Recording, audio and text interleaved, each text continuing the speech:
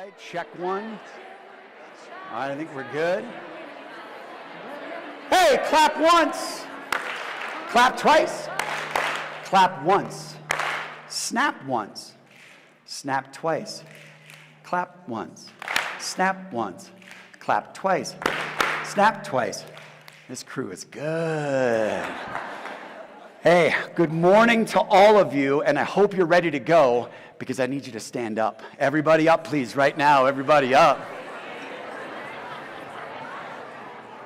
Hey, clap once, clap twice, snap once, snap twice, stomp once, stomp twice, snap once, and get ready. Raise your right hand. All right, make a fist with that hand. It's a little bit tight in here, so here we go. I want to welcome you to day one, and what we're about to do is this. You are going to punch, not the person next to you, 5 times across your body, and each time you punch, you're going to count out. So let me demo. 1, 2, 3, 4, 5 is what you're going to be doing. Good luck to all of you. Raise those hands nice and high. 5 across your body. Here we go. 1, 2, 3, 4, 5. You guys look beautiful out there, by the way. Raise your other hand up. A little bit louder, please, across your body 5 times. 1, 2, 3, 4, 5. Good. Other hand up. You're now going to punch down across your body 5 times. Here we go. 1, 2, 3, 4, 5. Other hand up. Louder. 1, 2, 3, 4, 5. Good. Hands on your hips. Your only hips. This is weird. Today, here's what you're going to do. We're simply going to go into a semi-squat position, and you're simply going to say, ooh, 5 times. Here we go. Ooh, ooh, ooh, ooh, ooh. Good. Look to the ceiling and say, ah, 5 times. Ah, ah, ah, ah, ah. Right hand in the air. Welcome to Douglas County, because here we go. You're going to do 5 this way, 5 this way, 5 across, 5 across. 5 oohs, 5 ahs, and then 4 of everything, 3 of everything, 2 of everything, and 1 of everything. Raise your hands and believe in yourselves, because here we go. 1, 2, 3, 4, 5. 1, 2, 3, 4, 5. 1, 2, 3, 4, 5. 1, 2, 3, 4, 5. Ooh, ooh, ooh, ooh, ooh. Ah, ah, ah, ah, ah. 1, 2, 3, 4. 1, 2, 3, 4. 1, 2, 3, 4. 1, 2, 3, 4. Ooh, ooh, ooh, ooh. Ah, ah, ah, ah. 1, 2, 3. 1, 2, 3. 1, 2, 3. 1, 2, 3. Ooh, ooh, ooh. Ah, ah, ah. 1, 2. 1, 2. 1, 2. 1, 2. Ooh, ooh. Ah, ah. 1, 1. 1, 1. Ooh, ah. Give yourselves a round of applause. Hey, find a seat and sit down.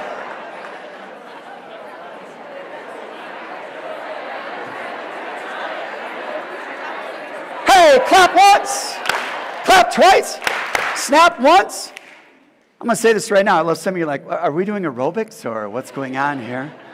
By the way, I just want to say welcome because we have that 4-mile run coming up in about 20 minutes here. So I hope it goes well. Hey guys, my name is Brad Whittakis. I'm the Assistant Director of District Athletics and Activities and Student Leadership, and I'm beyond excited to welcome you to the mighty Douglas County School District. With that said, would you turn, give 5 people around you a quick high five and say, welcome to the family. Go, make it happen, please. Welcome to the family.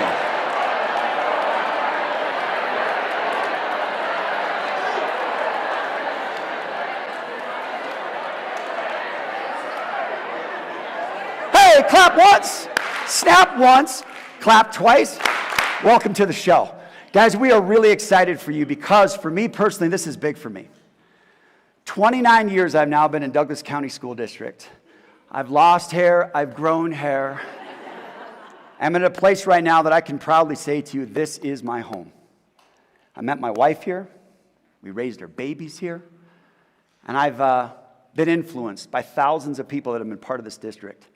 Listen, you could have chosen to be in a lot of different places, in a lot of different parts of the country, but I'm going to say this out loud with conviction to each of you. You are in the right spot. You've been called to a moment, and we want to thank you for answering the call to be in this moment with us as a family. So today, welcome to your hour of power. The good news, over the next hour, we're going to try to rock your world a little bit, some information, a little bit of motivational stuff to get you guys going.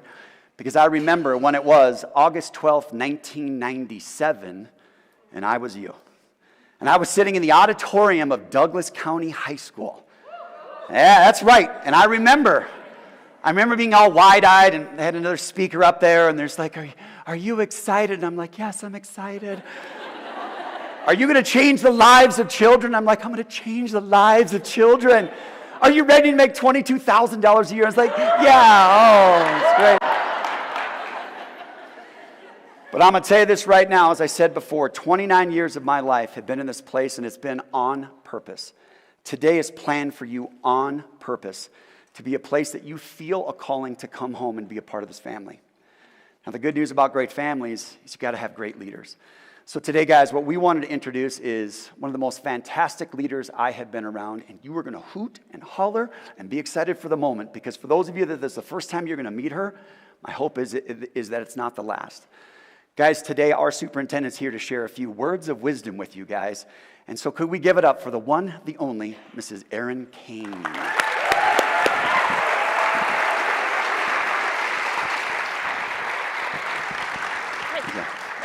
Yeah, thanks.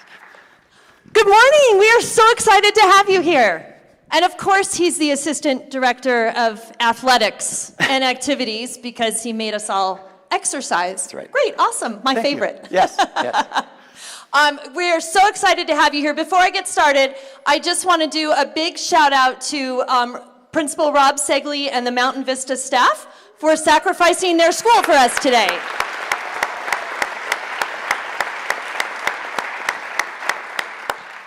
Okay, and so I want to get started. First, I want to introduce some of our Board of Education members that made the journey to be with us this morning. As you all know, as a superintendent, I work for a Board of Education, and I could not possibly ask for 7 more amazing board members. We are all blessed to have them leading this school district into greatness. So with that, I'm going to have them stand up. We have in the middle, President Williams. We have Director Myers. And Director Geiger. We love you guys. Thank you, thank you, thank you.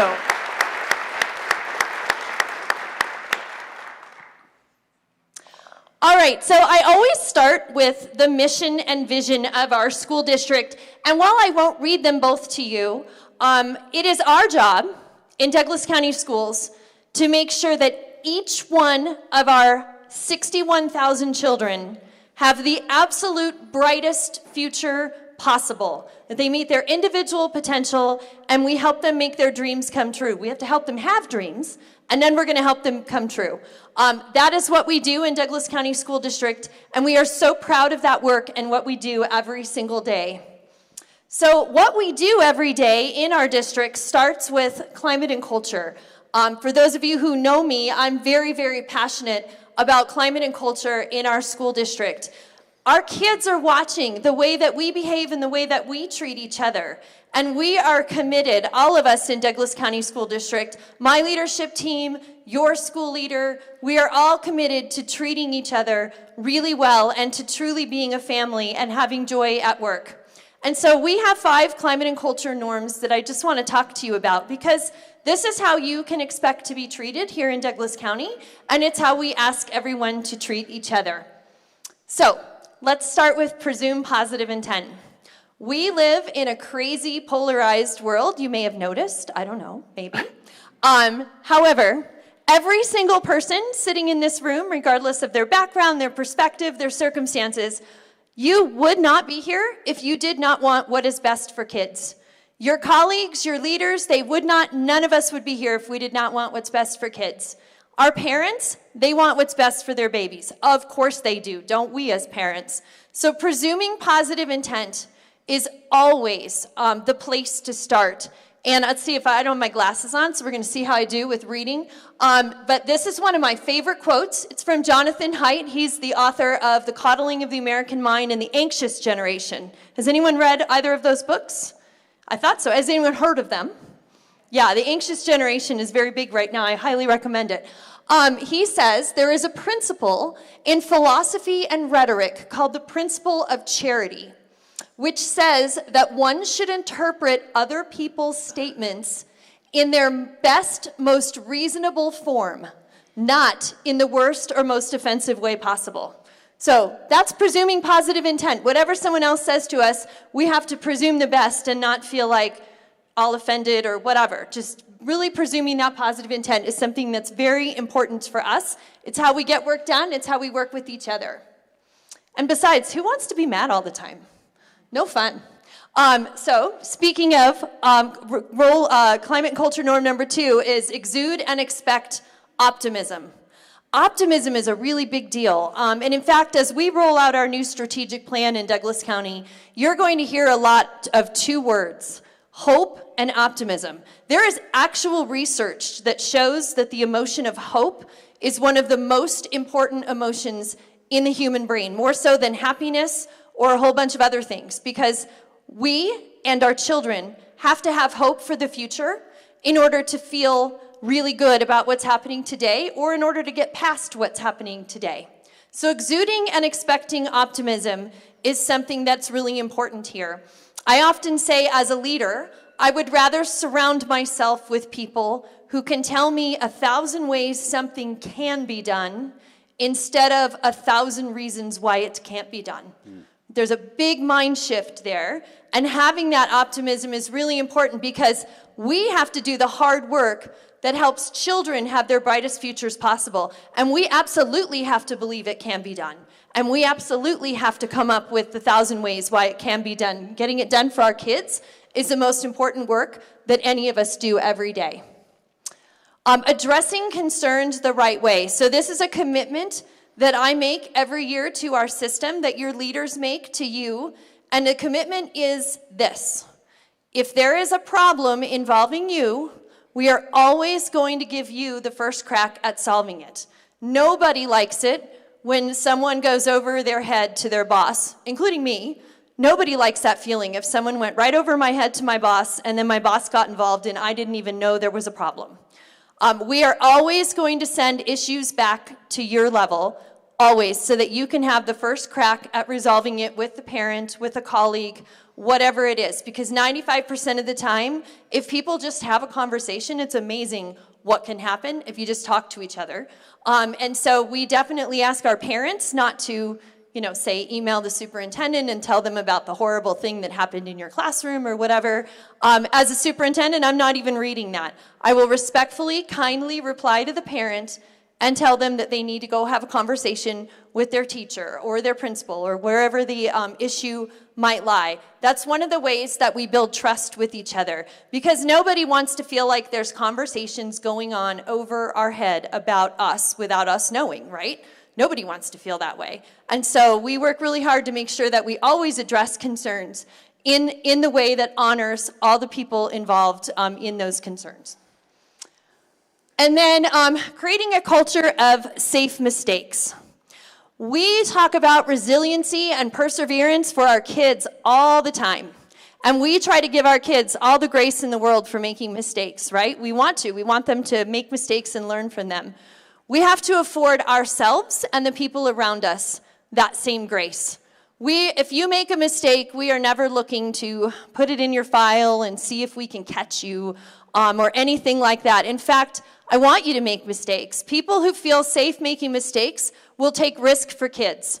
If we don't take risks for kids, we are going to be lost in mediocrity. And in Douglas County School District, mediocrity is not good enough. And so we need our teachers and our staff to feel like they can take risks for kids. So I'll just tell a quick story on safe mistakes about my own experience in my many years as a school leader. I had a first grade teacher come into my office one day, crying. She was very upset. She's crying. She's got her badge. She's holding her badge out, and she says, "You need to fire me." And I was like, all right, well, before anybody gets fired, just keep that. Nobody's getting fired. Sit down. Tell me what happened. And she said, I was having a really rough week. This same parent has emailed me every day for like the last month, questioning everything I do in my classroom or whatever. And I got another email from her today. And I forwarded it to my colleagues, and I said something snarky like, oh my God, this parent again. But of course, she didn't forward it. She hit reply. Listen, how many of us have either done that or have managed not to, but almost did, right? I mean, any of us could do that, right? And so I said to her, okay, all right, sit down. I'm going to have you pick up the phone and call the parent. I'm just going to call that mama right now and tell her what you did before she sees your email. Just tell her what you did and tell her you're sorry, because just call her. I'm going to stand here next to you. I'm going to hold your hand. I'm going to be right here supporting you. You've got this. Come on. So she picks up the phone and she calls the parent. She's crying. By the time the conversation was over, the mama's crying too, because the mama's like, I email you too much. And she's like, I love you, whatever. They bonded. And the relationship between that teacher and that parent became so solid moving forward, because now they had a common understanding and they'd both kind of made some mistakes together. And I didn't have to like intervene, and the parent didn't tattle on her, and I didn't go, come down on the teacher. And I certainly wasn't putting anything in her file. I handed her bbadge back along with a tissue and sent her on her way. But that's what we want to do. We want to make sure that we give each other grace to make mistakes, and that when we do make mistakes, we correct them. And you will see me make a lot of mistakes. Turns out I am not perfect. And when I make mistakes, they often are kind of big. But also know that I will always own it and I will always correct it. And that's what we ask from everyone in our system. And then lastly, communication is so important. And I hope you'll see this in the many communications you will receive from me and from our school district. Communication is so important. I always say when you're communicating with families or colleagues, bun, burger, bun. Say something nice, then say what you have to say, and end with something nice. For example, you're in a classroom and Johnny kicks Sally. Turns out kicking is not okay in our school district, so you want to email the parent. If you email the parent and you're in a hurry and you say, Johnny kicked Sally today, I've talked to him, can you please talk to him too? That parent is immediately going to get defensive. How many are parents in this room? Right? We get defensive, or we assume really what we read in the email is, and you are a terrible parent. That's what we read, because really it's all about us. Turns out parents are the same way, right? But if you start that email with, Johnny is hilarious, I love having him in class, I enjoy his humor all the time. Here was an incident that happened today, if you could please talk to him, that would be great. I talked to him too. I can't wait to see him tomorrow, he's a great kid. Hugs and kisses, teacher. If you do that, the parent's going to talk to Johnny. The parent's not going to be mad at you. They're going to talk to Johnny. Just taking the moment to do bun, burger, bun makes a huge difference in the relationship that we have with our families. Because our families, just as we all are with our own children, I swear, when it comes to my own children, I lose my mind a little bit. Have you ever watched yourself from the corner as a parent and you're like, what are you doing right now? You are totally embarrassing us. I have a child who was on an IEP her whole journey. I definitely was that parent from time to time. And unfortunately, in education, we see all these wonderful people in their moments when they are that person. It's just what we get. So communicating kindly and respectfully is so important. Never reply all. I hate reply all. Whenever you reply all, it's the same thing as calling someone out in public, right? I send an email, I've made a mistake, you do reply all, you got the date wrong. Okay, thank you. Just reply to the person, tell them whatever that you need to tell them, and they'll figure out if they should reply to everyone to correct whatever. Being careful not to call each other out in front of everyone else is kind of a basic tenet of respect. And if you're about to send an email to a parent or a colleague that starts with words like, with all due respect, so stop typing. That is not an email. If you have to say with all due respect, it is not an email. It's a phone call. Just pick up the phone. Picking up the phone is more effective than all the emails in the world. Scheduling a 15-minute phone call with a parent is more effective than going back and forth. Because we all have kind of that pit in our stomach when we're going back and forth because we feel like, we've got to be right and we're going to do point by point and we're going to be right. Being right, turns out, is not particularly helpful. Always just schedule a 15-minute call because then you can just let it go. You can just let it go until that call arrives. And you don't have to worry about it or keep checking for the next email or figuring out what your new response is going to be. Just do a phone call. It's amazing what we can do together when we talk to people in person who are all humans just like us. All right, so that is a little bit about just how we treat each other and our climate and culture here in Douglas County, and hopefully you'll see that modeled and you'll continue to hear about it throughout your schools. Now I want to tell you a little bit about our awesome school district. Douglas County School District is 850 square miles, so we are 2/3 the size of Rhode Island. We are very big. My cabinet and I put a lot of miles on our cars. We have little teeny tiny schools in really rural communities. We have small town schools. We have big suburban schools. We have it all in Douglas County. And we're so proud of the amazing work that has been done in our school district over the last few years. We are the #1 scoring school district in the Denver metro area for the second year in a row. We're going to make it the third. Because it turns out literacy and numeracy are still really, really important.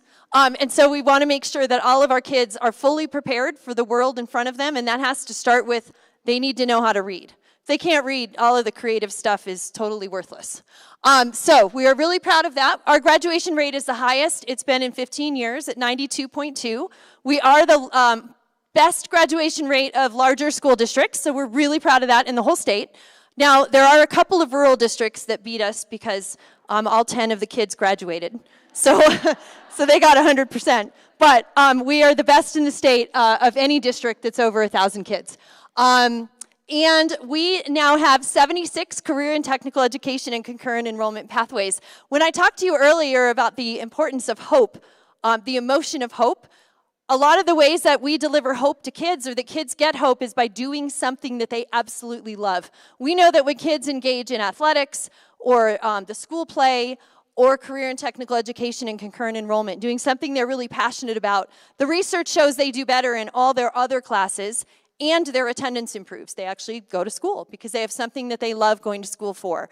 We offer 76 career and technical education and concurrent enrollment pathways in Douglas County, and we are incredibly proud of that. Our 9 comprehensive high schools are all on the same schedule, and as a result, kids can access programming in any building. They can access programming in a building that isn't their own. They can access programming at our amazing Legacy campus. And for the most part, they get college credit. So we are just really excited about that work and continuing to invest in that work in Douglas County.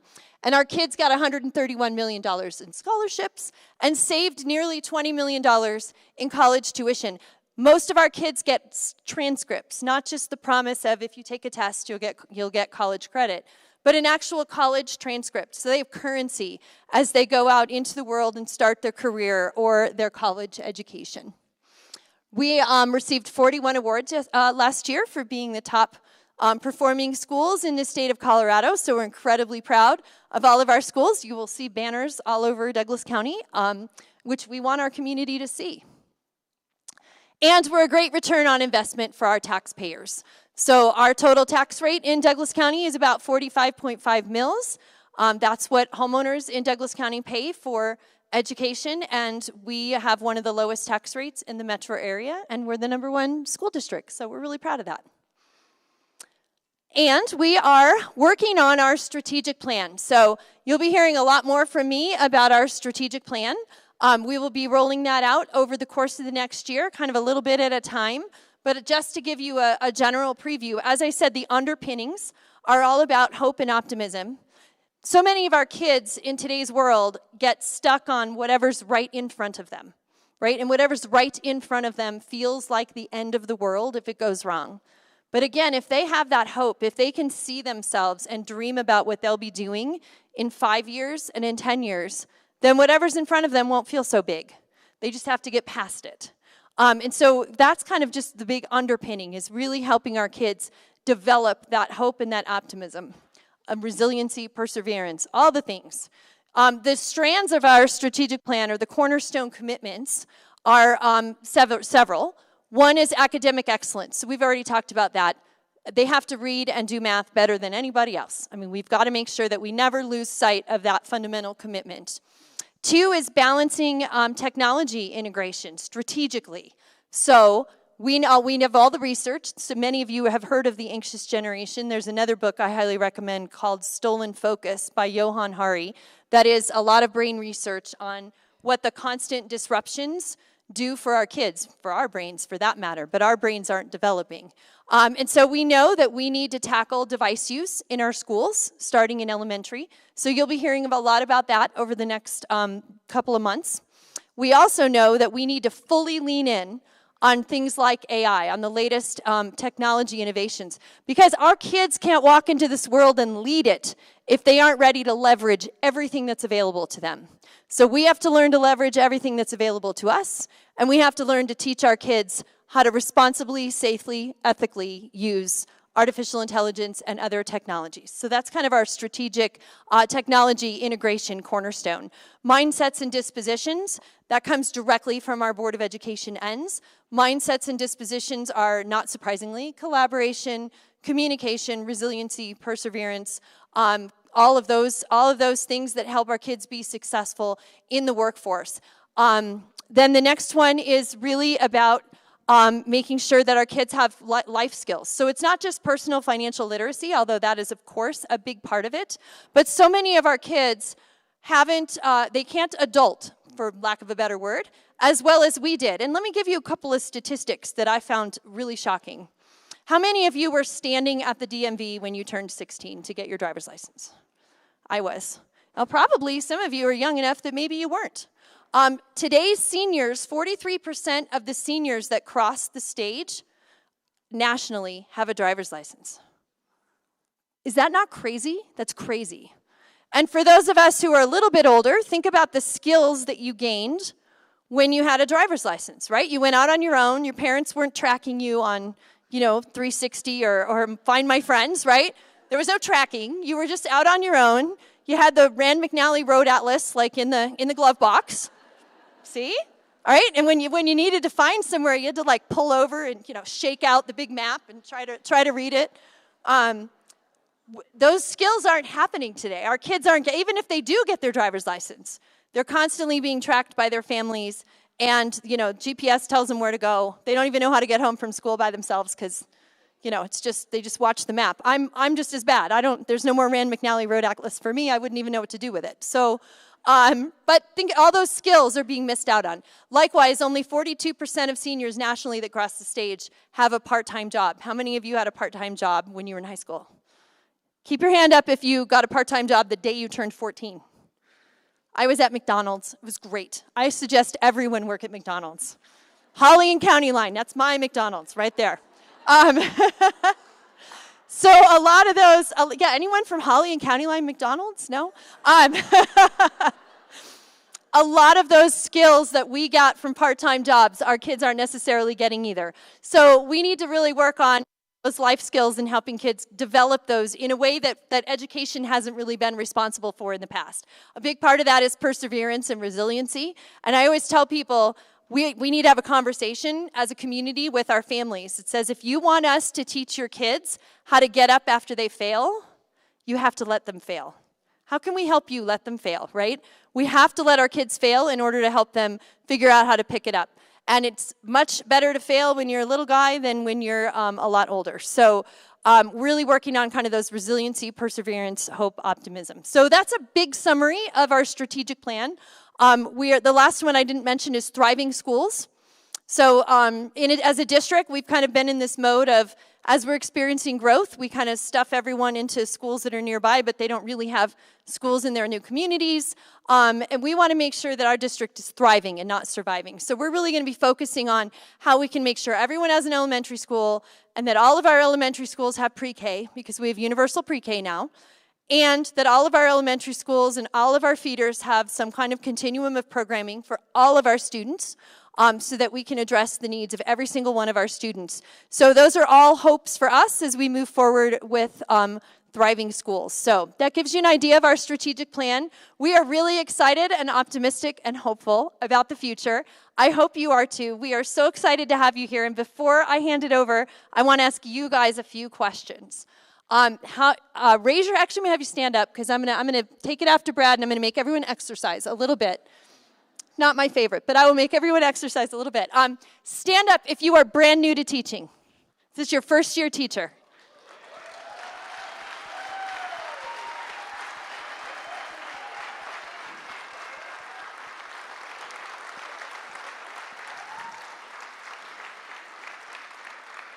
A warm welcome to the greatest profession ever and the most noble profession as you help shape the lives of our amazing kids. All right, I am going to have you stand up if you went to school in Douglas County. Right?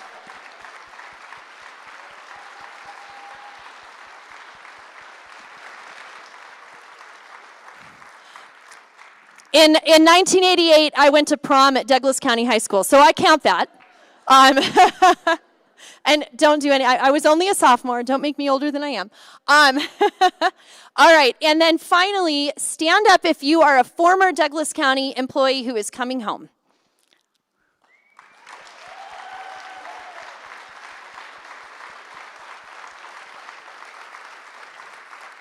Welcome back.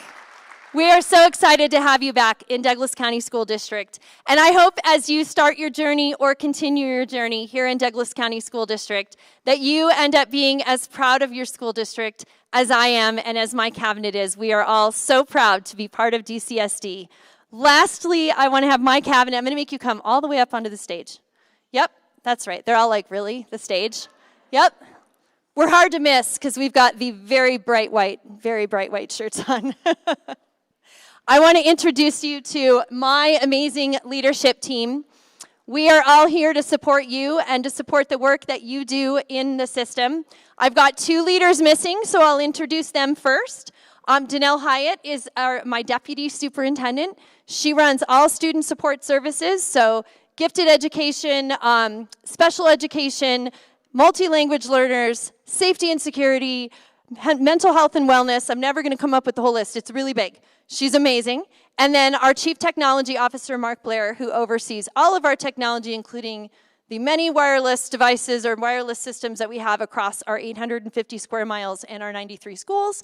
And he does an amazing job. And with that, I'm going to have everyone introduce themselves and tell you a little bit about what they do.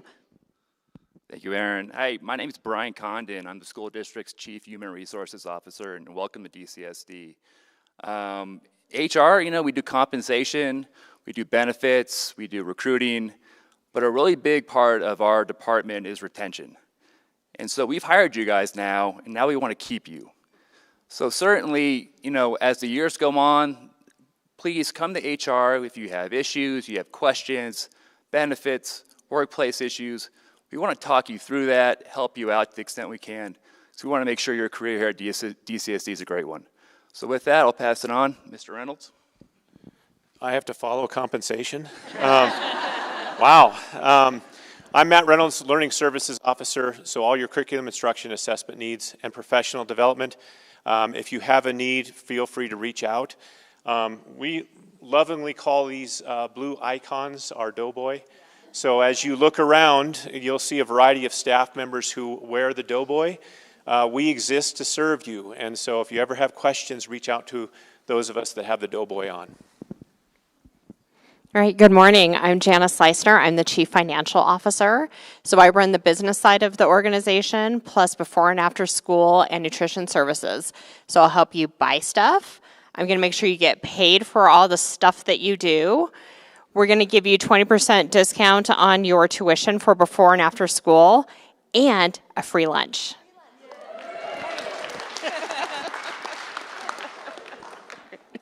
Now I have to follow that. I'm Stacy Rader, Chief Communications Officer, mom of twins at Sage Canyon Elementary. We are here to tell your stories. So if you have good news happening in your school, something we should spotlight, a person who's doing something amazing, please let us know. Communications@DCSDK12.org. Good morning. I'm trying to remember what time it is. It's great to see everybody. I'm Danny Windsor. I'm our assistant superintendent. So I oversee all of our 92 schools, as well as athletics, activities, choice programming, student assistance, et cetera, which that probably some of it doesn't even make sense to you. I do feel like I need to have a better sales pitch of giving you guys discounts or gift cards or something like that. And so if you meet John Gutierrez, actually, where are my EDOS? EDOS, raise your hand real quick. Executive Director of Schools. So they're back up there, over there. A round of applause for them. John Gutierrez says, I carry gift cards with me all the time. So when I'm in and out of your school, I heard Shanahan's is what I'm supposed to give you. So But really, we're here to be here. The biggest message you'll hear is we're here to be invested in you to take care of our kids. You mean to the world to us. This is hands down my favorite day, the giddy energy of welcoming everybody here. This is what it's about. As a former teacher, counselor, building resource teacher, assistant principal, etc., I used to be in charge of our new teachers in our buildings, and it was by far my favorite thing. I can't begin to tell you how much I love seeing you here, and we just want to make sure you feel a part of our family. So if you need anything at all, we are all here for you as well. But excited to have you here. I'll turn it over to our Chief of Staff, Mr. Steve Colella.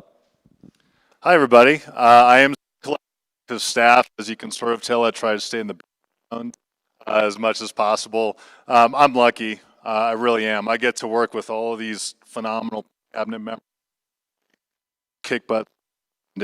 I also get to work with a number of kick butt professionals and people who are sitting throughout this the auditorium on things like our AI conversation and implementation, our cell phone restriction conversation implementation, among other things. I also get to work directly with Brian and Jackie. Mark Blair, for those of you who don't know Mark Blair, like 6'8". So he's cabinet center. I am our cabinet power forward, and we have a great time and truly just a great group of people up here and throughout there. So thanks for coming. Thanks for saying yes. You've come to a great district, and we're going to do great work for kids. Again, thanks for coming.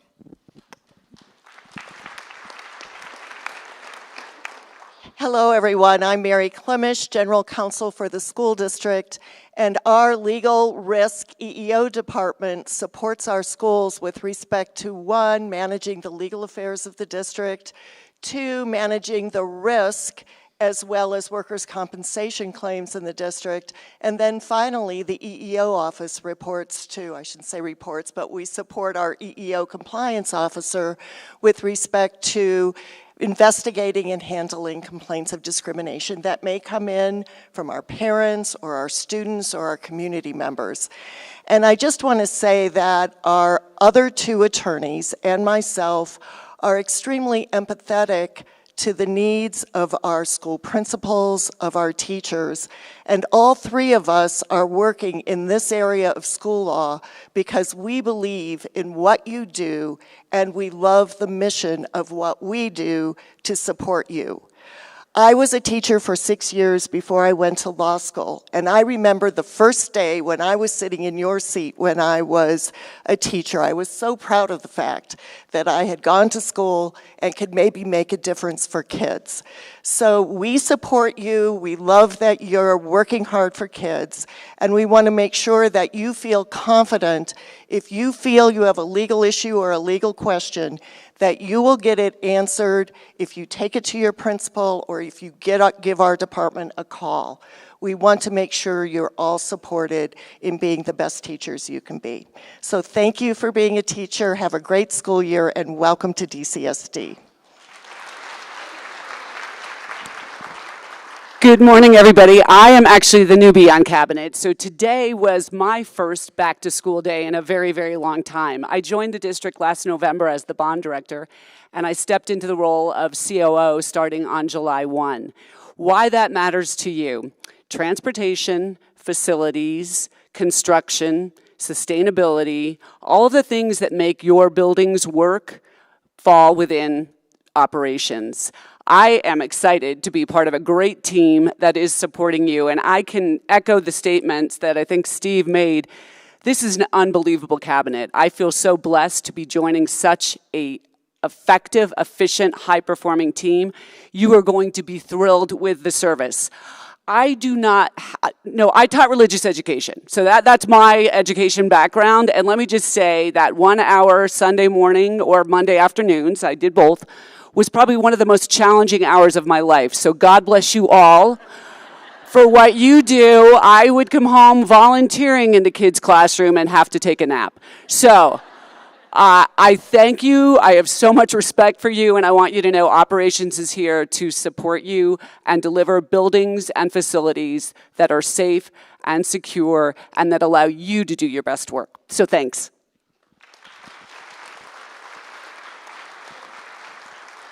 Our COO's name, by the way, is Jackie Millay. So we're happy to have you. I wasn't telling them that part, Aaron. The complaints go to, no. All right, best team ever. How about a round of applause for our cabinet? All right. With that, I'm going to allow you all to get on with your programming. Thank you for being here. Welcome to Douglas County School District. We are so very happy to have each and every one of you, and we hope it is a fantastic school year. Thank you, everyone. Oh, don't leave, there's more. But wait, there's more. Thanks so much, Aaron. Thanks. Oh, that was just a teaser. All right, hang on and take a look at this. This has been some work to get excited about the next chapter for many of you.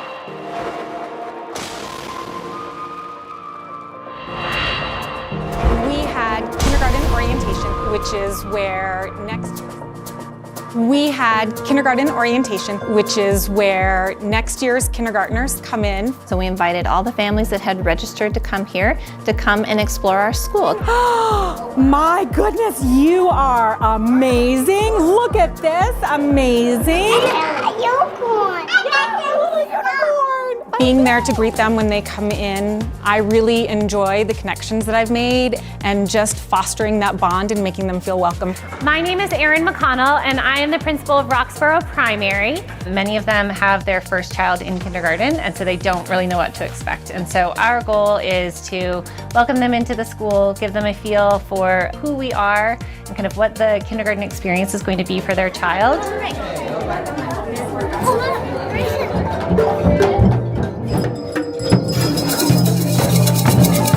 The kids were a little crazy tonight, which is fine. They're really excited. They're happy to be here. It's the first time seeing their potential classrooms, the first time they're in the school, so they're going to be really excited. It was happy, it was cheerful, it was full of love.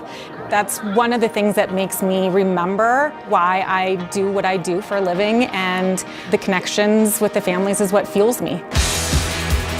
Your recorder should be in 3 pieces. This is called the head joint. Hold it up. Today was the first day of recorder for 3rd grade. This whole thing is the head joint. This little guy right here is the mouthpiece. Body. Head joint. Foot joint. Recorder, when you get good at it, can sound absolutely beautiful. Recorder can also be very, very hard on people's ears, especially if you blow as hard as you can, or especially if you try to be annoying. So say, I promise.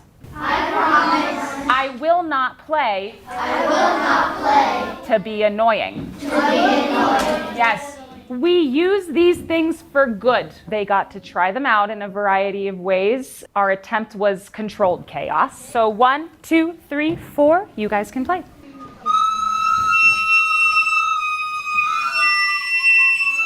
I know. Oh, ow. Do not blow as hard as you can, please. Yeah, and she's really nice to us. Like, if we get too loud, she's like, remember, I have sensitive ears. So we don't want to hurt her. Yeah, we're not trying to hurt her. It's just sometimes it's like we didn't do recess yet or bring break. So when you guys came in, there should have been Moonlight Serenade on your stand. Does anybody know who this is by originally? Glenn Miller. Yeah, Glenn Miller. It's like the jazz band composer of that era, of the big band era, right? So in order to teach a new piece or a new song, our pieces are our textbooks. I have to know it just as well or better than the students. There's brass entrance at 22. Da da do da da. Right now I'm hearing this. Da da do da da. Can you guys sing that melody to me? Oh, 1, 2, 3, sing. Da-dum, da-dum, yeah, keep going. Da-dum, da-dum, da. Da, da, da, da, da, da. Yeah, can you play it exactly what you were singing it? Da, da, oh, da, ba, da.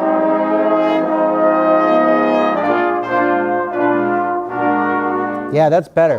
It's a lot of fun to be with a bunch of like talented musicians who are like good at their instrument and like practice and put in a bunch of dedication and time. And I just like jazz music in general. It's like fun to play.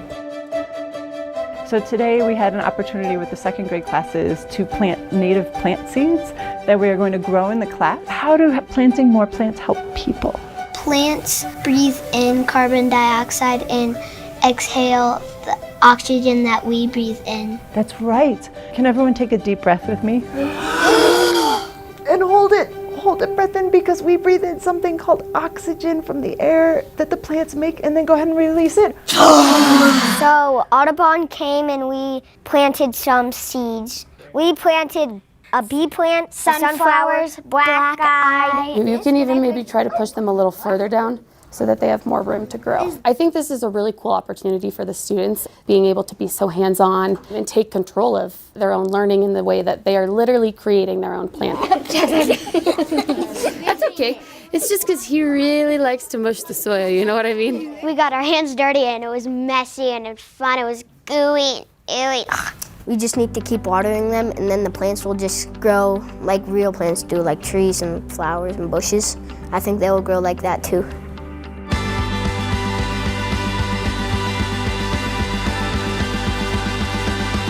We are part of the Timber Trail Run Club. It is an all-inclusive run club after-school activities for 1st through 5th grade. This first lap we run as a team, so we're all gonna stick together. Here we go, let's go!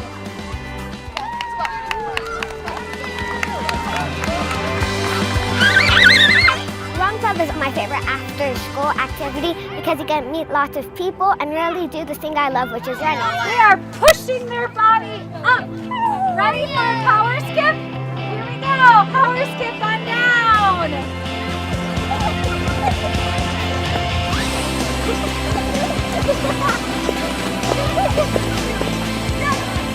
The amoebas try to tag people, and if they tag somebody, they add on to their amoeba. Let's go, let's get them. Look at him!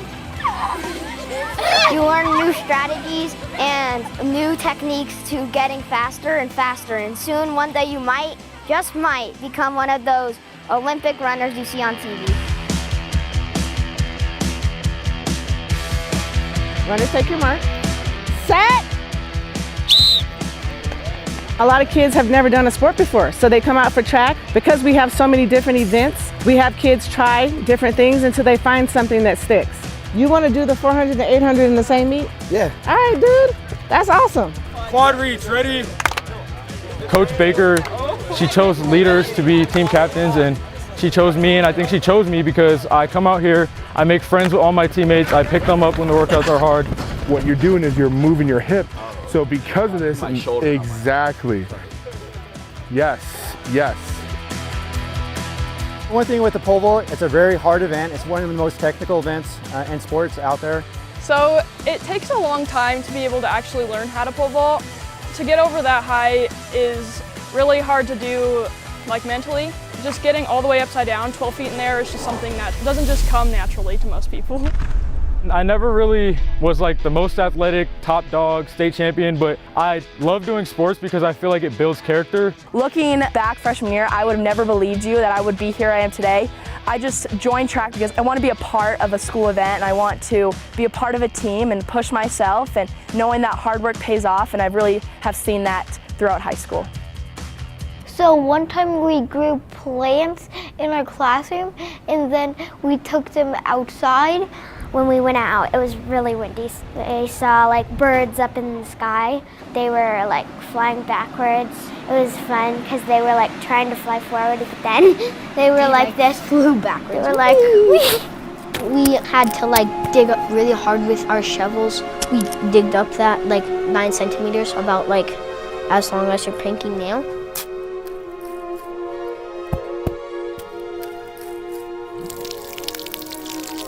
So I learned how like those native plants can like help the environment, and they can help pollinators. It will keep going on to other plants, and then a beautiful world will form like the one that we have today. My name is Miss Ricard, and I have the enormous pleasure and honor of teaching music here at Gold Rush. This has been one of the best years of my life, for real. I mean, I wake up happy to go to work every single day, and I can't take that for granted. Like, I love these kids so much. We've had a ton of fun. I think they've also learned a lot. This is my first year here, and I've been completely blown away by the kids at this school. At the beginning of the recorders, we were kind of a little bit off key. Now we know the notes, we know where to put our hands, and we had a lot of practice, so we're better.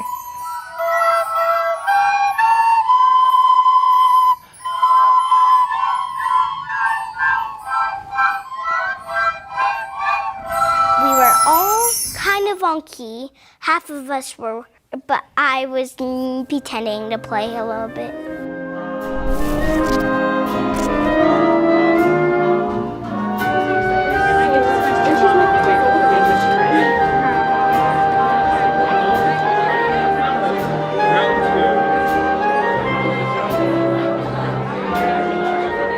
I'm leaving next year, and I think I will definitely miss high school, especially jazz band. All of my friends are in here, so it's really nice to be with them. It's like really heartbreaking. It's been a really hard week. I'm like super scared to leave this community because this community has helped me grow so much. It's really fun to share what we've been working on for the last couple months to a large audience and see how they like it.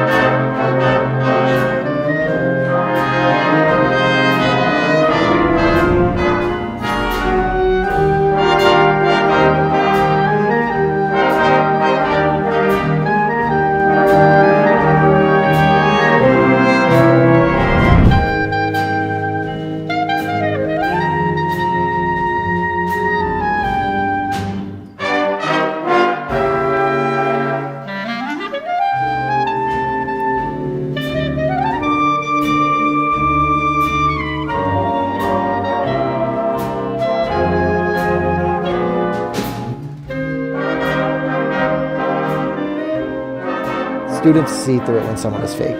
So being who you are, in my case, I'm a weird professional band kid, and just leaning into that and being myself allows them to feel more connected to me, and we build stronger connections, and when the students trust me and are connected with me, suddenly everything goes more smoothly. My advice for a new teacher would be to not to take behaviors personally. Build those relationships not only with your students but also with your team and your staff. My advice to the new teacher is welcome to Gold Rush. We could play a game today. I would have taught her the doggy bone thing. Doggy, where's your bone? Doggy, doggy, where's your bone? This is the Legend Senior Sunset, and everyone's so happy to be here and so hyped. It's like our last get together as a class before graduation, just to celebrate our year. Remember us.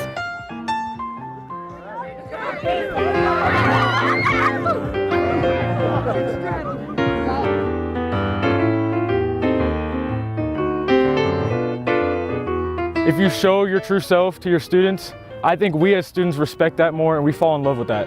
And it's easier to engage with you and build a bond with you, build a connection with you, when we can both share our authentic selves. Take a deep breath. It's gonna be okay. Make sure that you take time for yourself, and we are here to support you and guide you and help you and make you the best that you can be. If a new teacher came in our building, I think she would be a great teacher for her new students, and she would just help her students learn a lot of stuff. We got it! Oh my god, oh my god!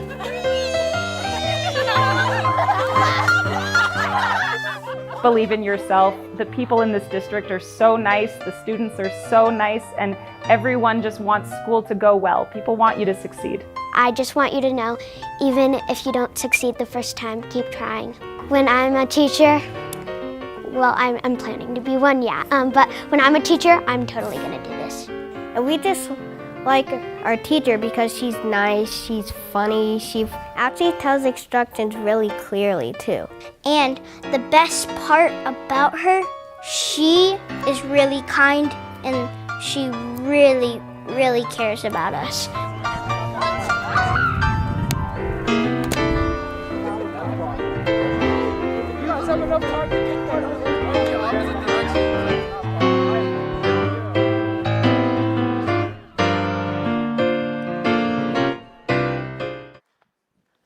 Good morning, everyone. You can do better than that. Good morning. Thank you. My name is Jolie Jones. I'm the Director of Organizational Development and Experiential Learning for the district. And if each of you look underneath your chairs, you're going to find a recorder. No, I'm kidding. I kid. Our ears couldn't take that this morning. For the next 25 minutes, my friend Brad and I are going to be sharing 5 powerful ideas with you. Hopefully those ideas and those tips will help you on your journey to becoming part of the DCSD family. Now, we all know what it's like to be the new kid. It can be fun, it can be exciting, it can be a little scary. We want to make new friends, we want to make a good impression, do our best, find our community, right? Why do we want to find our community? Why is that important to have connection and community? You may have heard over the last handful of years in the news, in reports, social media, whatever it is, that loneliness has become an epidemic. The former U.S. Surgeon General Vivek Murthy in 2023 actually declared loneliness an epidemic because of the public health effects. It's in our body when we feel that loneliness. It actually has real things that come out and how we show up in the world. And so Harvard's Graduate School of Education, working with their program Making Caring Common, has been working on a study of loneliness over the last 4 or 5 years. And they did their first initial survey in 2020, the fall of 2020. What a time to be alive that was. And then they did a follow-up survey in May 2024. And here were some of their findings. 1 in 5 people feel serious feelings of loneliness. That's not just in their personal lives, that's also in the work setting. 20% of us are feeling loneliness. And here are the causes, and you can see the age breakdown too, and that's in the most impacted to the least impacted order. Okay? But technology, the number 1 cause of loneliness. We can't get away from it, right? Technology is embedded in our world now, but it is helping to cause loneliness. Burnout, having too much to do with too little time, and continuing to say yes when we don't have the energy. Then that creates the next problem, mental health, right? On top of all the other things that are impacting our mental health. And it's causing us to separate and retreat from one another. And then last but not least, an individualistic society. The me of our culture, people have stated that's what's making them feel more lonely. So why am I telling you this? And what do we need to do to counteract this? In another study, it showed that 77% of people indicated that the most important job factor for job satisfaction, or important factor for job satisfaction, was building close relationships. Being able to have someone in the work environment, or a number of people in the work environment that you feel close to, more than pay, which I know, but more than pay, this was the most important factor. Gallup also did another poll that said 30% of people indicated that they have a best friend at work. And of those 30%, they reported that they were 7 times more engaged than those that did not have a work bestie. That's huge, right? When we feel it when we are disengaged on a day-to-day basis, and it doesn't feel great, right? We get into a profession because we love it, and to feel disengaged from that doesn't feel great. And so if you can find your work bestie, 7 times more engaged, or at least have that close group of friends that you can interact with and lean on. Here are some additional points of data to help you really understand why connection is important. Okay? 58% more likely to thrive when you have that community and connection. 55% more engaged, right? And 60% more likely to stay at their organization. The retention team really likes that. All right, we want you to stay here. We want you to be part of this family. But if you are feeling lonely, it is more likely that you are going to leave. And so now I'm going to turn it over to my friend Brad, and he's going to talk about how you can feel connected. Are we ready for this yet? Hey, welcome back. Hey, tip number 2. Hey, reminder number 1, necessity of connection. Please hear us, all right? Today, day 1. There's a need for you to be connected. So how do we do it? All right, listen, I'm going to give you directions. Directions, all right? In just a second, I'm going to do this, which means I'm going to need you to stand. Now listen, as you stand, it is rock solid quiet in here. All right, now follow with me. When we are teachers with kids, we're like, listen, listen, follow directions. And I guarantee I'm going to have some of you stand up, you're going to be like, what is going on? So I'm asking you that we're going to quietly stand, and I'm going to give you exactly 30 seconds. Here's all you're going to do.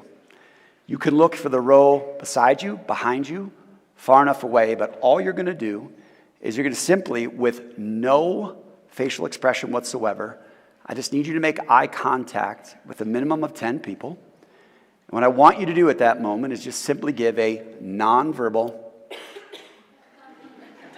nodding of the head. So let me go over the directions one more time, adults. I'm going to have you stand. It's going to be rock solid quiet. The second you stand, whisper quiet. You're going to turn. You're going to try to find some people with no facial expression. Simply turn and find 10. At the end of 30 seconds, I'll ask you to quietly sit down. Please, may this work.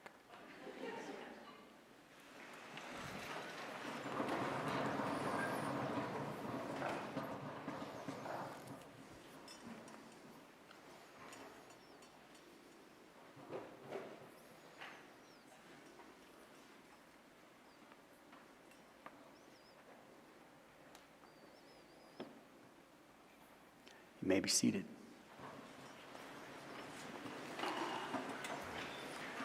It's hilarious in our world. We call it the zap eye contact moment. How many people have ever had that moment where in a group someone says, hey, find a partner? And all friends get partners, but you're the one without a partner. And I see it all the time in the years of teaching where kids will look around the room, and some of you have been there before, you've been looking, and you know you're supposed to have a partner. They know they're supposed to have a partner, and all of a sudden your eyes meet, and it's that moment of kind of just like, oh no. Because they've seen me, I've seen them. And then how many people look back and look back again? What's interesting about what just happened right there is the number of you that could not smile.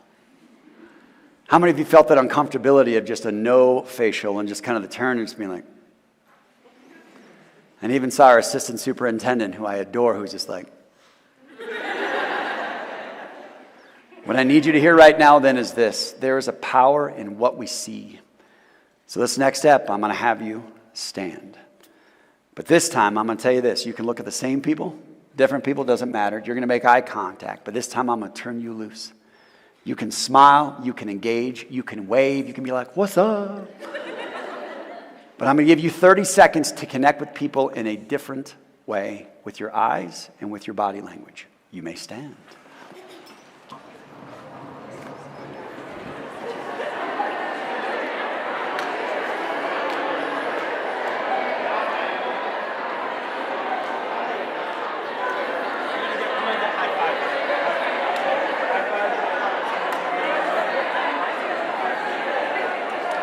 Time, you may find a seat. I love it. Whole purpose of what we just did is to help you recognize there's a power in what you see. There's a power in who you look for. But my biggest message to you right now is think about first day with kids and that same experience they're going to go through coming up next week. Guys, what I need you to hear is we need to model what it looks like to connect.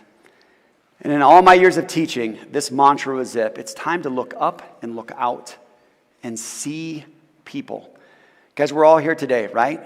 First day. Yay, welcome to New Teacher Celebration. I need you to recognize the life value in the humans through your eyes and thinking about how you model it, whether you do this with your kids as an example, to start looking out. First time or second time, which was more comfortable? So be that type of person for Douglas County. Necessity of connection, look up, look out. Tip number 3.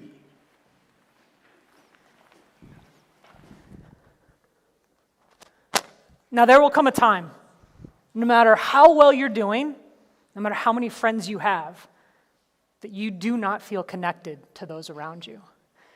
We usually feel this when stress is high, the overwhelm is just too much, or maybe we are being challenged by something that is way outside our comfort zone, which is okay. But sometimes that is too much for us, and we retreat, right? We feel disconnected from those around us. And the truth is, your bold words and your vulnerable words are the way that you can reconnect. They're really the only way that you can reconnect, to be bold and to be vulnerable. 3 three-word statements.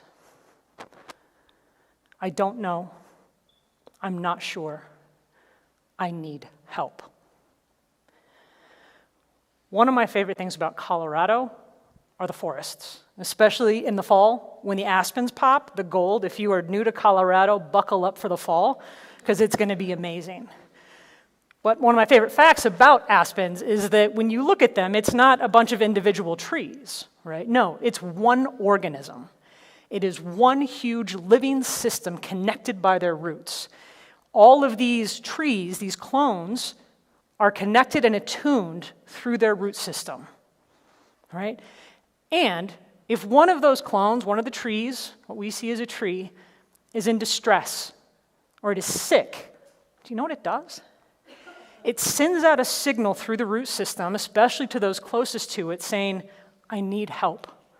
And those closest respond and help bring life back to that tree. It is okay not to know the answer, to not have the solution. It is okay to be uncertain. And it is okay to look to those that you are closest to in your community, and even those that are not in your community, and say, I need help. We've all been there, right? We've been the ones sending the signal out through the root system, and I imagine, and I can bet, that each one of you has also been the receiver of that signal at some point. But those signals don't go out unless we are boldly vulnerable. We say the thing out loud that we need.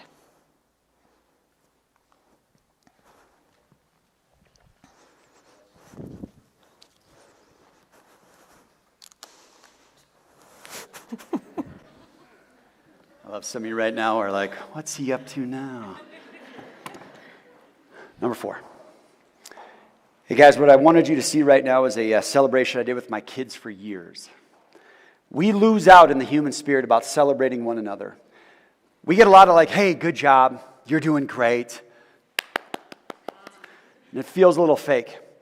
So man, what we used to do is like, we're going all out. Guys, every single one of us as human beings deserve a standing O. We deserve a moment where we're seen, where we're recognized, and we're celebrated. So welcome to our standing O ladder. Here's the way it's going to work. Guys, I'm going to start at this basic bottom spot, and I may or may not have one of you coming after me to do the same, so please watch carefully. What you will be doing in your seats is simply saying this, oh. Follow with me. As I go up the stair, it gets a little bit louder. Oh. A little bit louder, it says, oh. And follow with me as you're like, oh. If I go back down, you're like, oh. If I come back up top, it's oh. And then listen carefully. If I stick to the top step at this exact moment, everyone here will stand up, and for 15 seconds, we're going crazy for the person that's up here. We're going to go crazy. We're standing up like, woo! Old school Arsenio Hall, ho, ho, ho, ho, whatever it takes. And we're going to go crazy for that moment to celebrate who's here. Now, what's going to be happening is that this person's going to be up there. So I'm going to be standing back there still cheering. It's going to be great. And when you see me do this, you're done. We immediately stop cheering, sit down, and it's dead quiet. Because right now what we're about to do is the standing O ladder of life. And I need to bring up one of my favorite people in my life. Absolute favorite people in my life who does not get recognized enough for the work that he does, for the commitment that he's made to making us better. He's one of the most humble individuals that we're going to see in this district. And in fact, I just sent him this text. Just said, just needed you to know that your opening for our meeting today and what you shared was flat out inspiring. Just really, really well said. It was incredibly meaningful. It was incredibly meaningful, Danny. I loved it. Guys, this man is needing time to be recognized for all the stuff that you don't realize that he does behind the scenes. So Danny, if you would come up here, please, my friend, from the side over here. Ladies and gentlemen, Danny Windsor.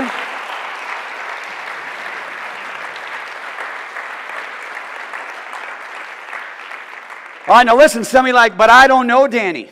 But I'm going to ask you that. Does that matter? Because we can celebrate human beings straight up. So what's going to be happening today? Reminders, we're all going to be like, oh. And as he moves up the ladder, we can be, oh. And as he gets to that top step, we're going to go crazy for him, a standing ovation. And at 15 seconds, you'll see me do this. We'll cut and we will move on. Hey, my friend, I really appreciate you, my brother. All right, yeah. All right, man. Danny Windsor.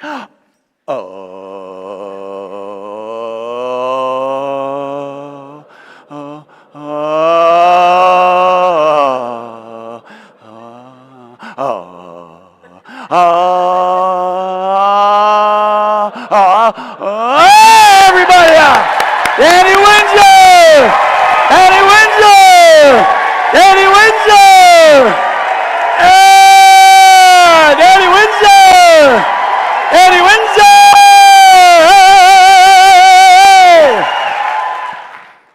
Danny Windsor, ladies and gentlemen. Number one, necessity of connection. Number two, look up, look out. Be purposeful in how we're connecting. Number three, be boldly vulnerable. Number four, we've got to celebrate the human spirit. And tip number 5.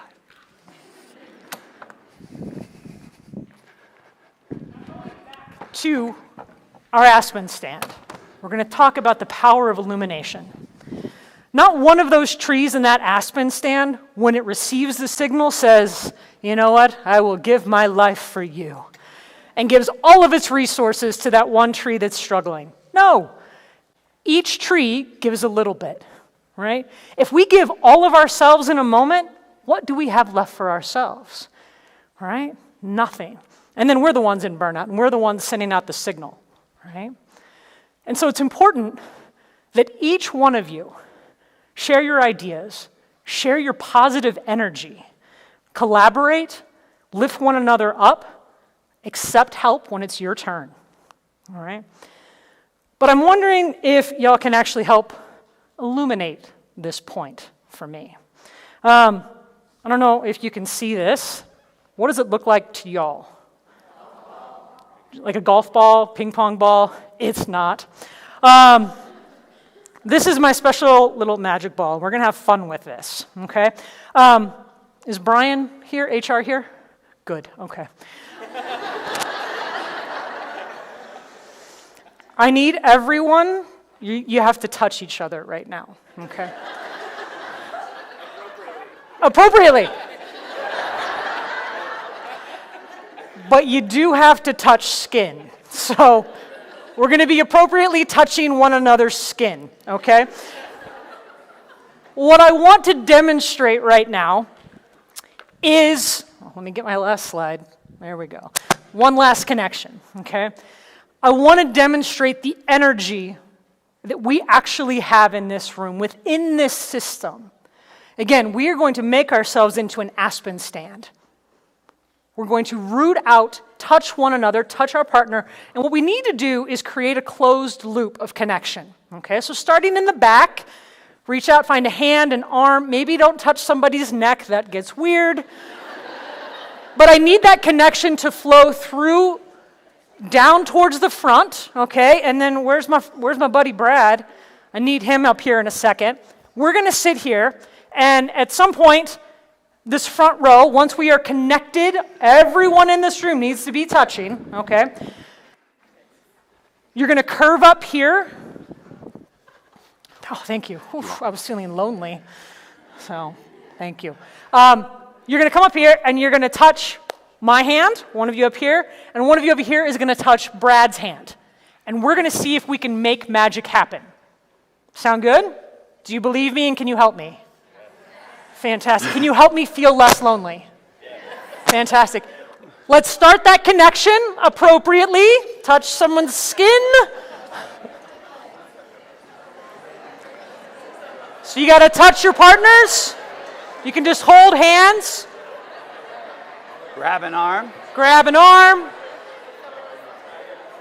We can have it like wrap right here. Actually, you'll wrap here.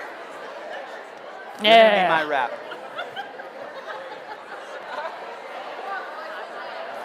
Okay. There we go. Love that. Love that. Are we all connected right now? Yes! We are! All right. Let's bring that volume down. Let's see if we just made magic. Let's see if we are truly connected right now. Yeah! One more time? Yeah. Yes! Very cool. Give yourselves a round of applause. Well done. Thank you. Your intro, Ryan. Yep. We are all connected. That is our power, that is our energy together in this system. And when we are connected and supporting one another, we hum and we light up. We don't need a ball to show us that. You just need each other. Over the next day, the next handful of days, as you push out into the system, find your resources, find your connections, and grow that connection with those around you, with those you already know. Deepen the connection if you need to. One more. I got one more. Sorry, I forgot about it. Do this with your kids as well, right? Without connection, there can be no content. We have to connect first as human beings. We are just wired that way. Now I'd like to turn it over to my good friend, Ryan. What's up, Ryan? There we go. Thank you, guys. Let's give it up. All right, let's give it up to Brad and Jolie. Thank you so much. Amazing, amazing, you all. My name is Ryan Goodmanson. I'm with our Curriculum Instruction and Assessment team. I just want to give a big shout out to Mountain Vista High School for hosting us. Thank you so much. Woohoo! And of course, the amazing CIA team and your PLS instructional coaches who are helping out today. Give it a round of applause for all of them. Awesome. Well, my job here is I'm going to give you just a little bit of logistical information to get through the rest of today. So we use SCED. And so SCED is where hopefully you've got into and got your schedule. I made a few changes just because we've had so much fun in the auditorium.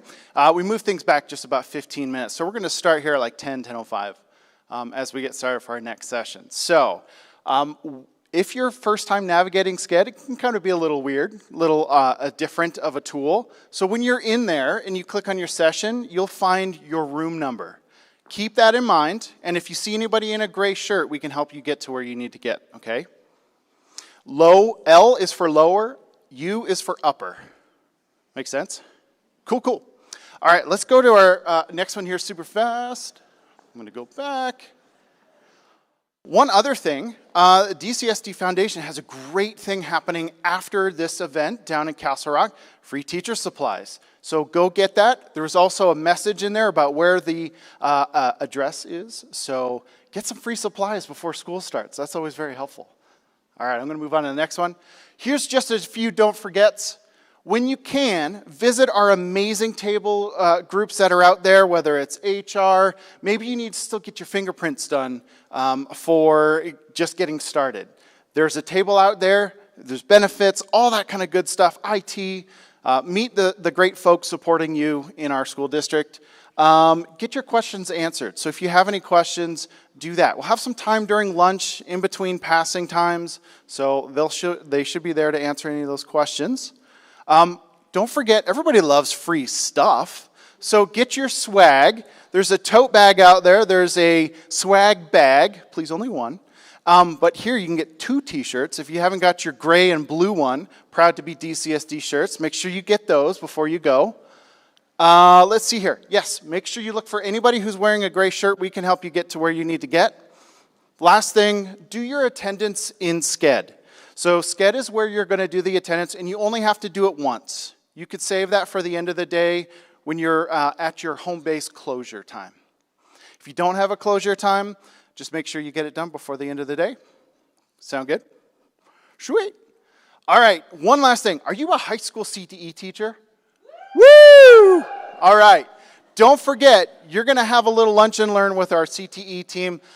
They're going to meet you, greet you, get some good information for you. It's just a few of us in here, so be sure for that. Lunch, there is some gluten-free and vegan options, or vegetarian, not vegan, excuse me, vegetarian options that will be available. And then water filling stations. There's one downstairs by the commons underneath the stairs that's pretty good. And then there's some other ones around here as well, okay? Sounds awesome. All right. Last thing, when we say do attendance, the link is on the homepage where it says, click here to complete attendance. Don't do it now, but you can do it when you get in towards the end of the day, okay? And last but not least, I just want to thank you all so much for this amazing day. We've got 3 sessions for y'all coming up. If you're in Essentials, you'll be going to that and then to lunch. So I am so excited to have you here at Douglas County School District. Brad, you got anything else? All right.